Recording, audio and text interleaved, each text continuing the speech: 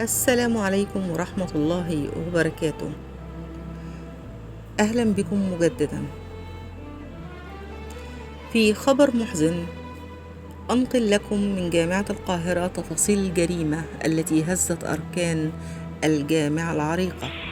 أصوات طلقات نار تسببت في حالة من الرعب في أروقة الجامعة، حيث أقبل المتهم بقتل موظفة داخل كلية الآثار بجامعة القاهرة رميا بالرصاص، ثم أقبل على الانتحار تاركا رسالة مضمونها: الضحية دمرت حياتي. ففي تمام 12:30 من ظهر الأربعاء سمع دوي إطلاق نار داخل جامعة القاهرة غرب محافظة الجيزة، ووسط بكاء وصراخ زملاء وزميلات نورهان حسين القتيلة. انتقل رجال الشرطة بقسم شرطة الجيزة التي أشرف عليها المقدم هشام فتحي رئيس المباحث، حيث تبين أن شخصا دلف إلى مكتب رعاية الشباب بكلية الآثار وأشهر سلاحه ليطلق النار صوب موظفة. وحسب المصادر فر المتهم هاربا، بينما اهتم القائمون على الكلية بنقل الموظفة إلى أقرب مستشفى بسيارة ملاكي على أمل إنقاذها، لكنها فارقت الحياة. وانتقلت قيادات مديرية أمن الجيزة برئاسة اللواء هشام أبو النصر واللواء محمد الشرقاوي إلى جامعة القاهرة للوقوف على ملابسات الحادث، حيث توصلت التحريات الأولى إلى أن المجني عليها تدعى نورهان حسين وتبلغ من العمر 32 عاما، موظفة برعاية الشباب بكلية الآثار. كما تم تحديد هوية المتهم ويدعى أحمد حسين البالغ من العمر 35 عاما، وتبين أنه أخصائي رعاية الشباب بكلية رياض الأطفال، وسبق عمله بذات مكان عمل المتوفاة. وتمكن فريق البحث بقيادة اللواء هاني شعراوي مدير مباحث محافظة الجيزة من تحديد خط سير المتهم، وأثناء استيقافه في أحد الأكمنة بمحافظة مطروح وسؤاله عن بطاقة الرقم القومي، أخرج المتهم سلاحه الناري وأنهى حياته.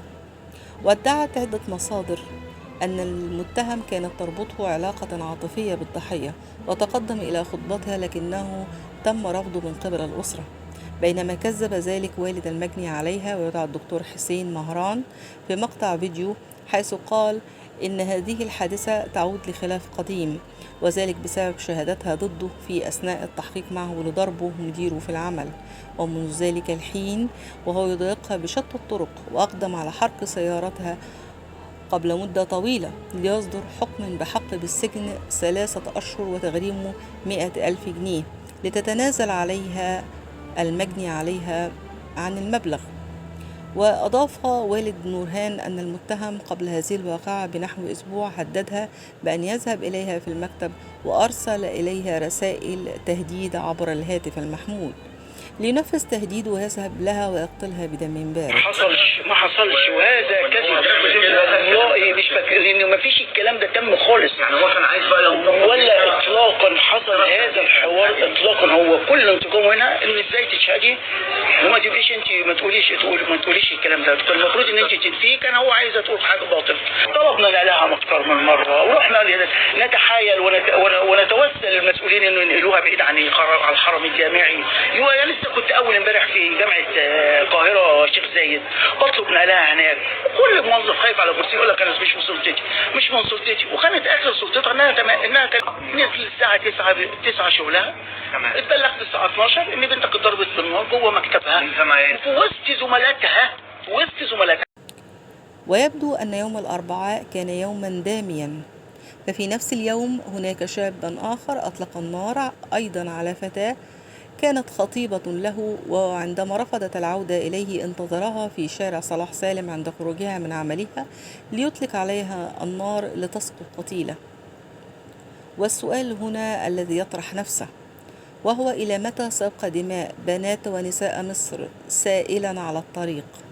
فهنا فتيات ونساء يقتلن لأتفه الأسباب. وكيف ومتى حصل القتل على السلاح؟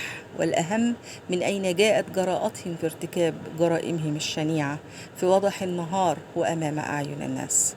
وهنا يجب الرجوع لأسرة الشاب الذي ارتكب الجريمة، وبعيدا عن إرجاع الجريمة لسبب نفسي، يجب القول أن هناك نقصا وخللا في التربية أدى إلى غياب الوعظ الديني والنفسي، فالأب والأم ربما يعملان ليل نهار ليوفر الحياة الكريمة لأولادهم، دونما اهتمام بأن تربية الأبناء ورعايتهم النفسية أهم بكثير من توفير الاحتياجات المادية. وإلى هنا ينتهي فيديو اليوم. أتمنى منكم إبداء رأيكم في هذا الموضوع الهام. حفظكم الله من كل سوء وشر. دمتم بخير. كان معكم نادية هاشم بتوقيت القاهرة. السلام عليكم ورحمة الله وبركاته.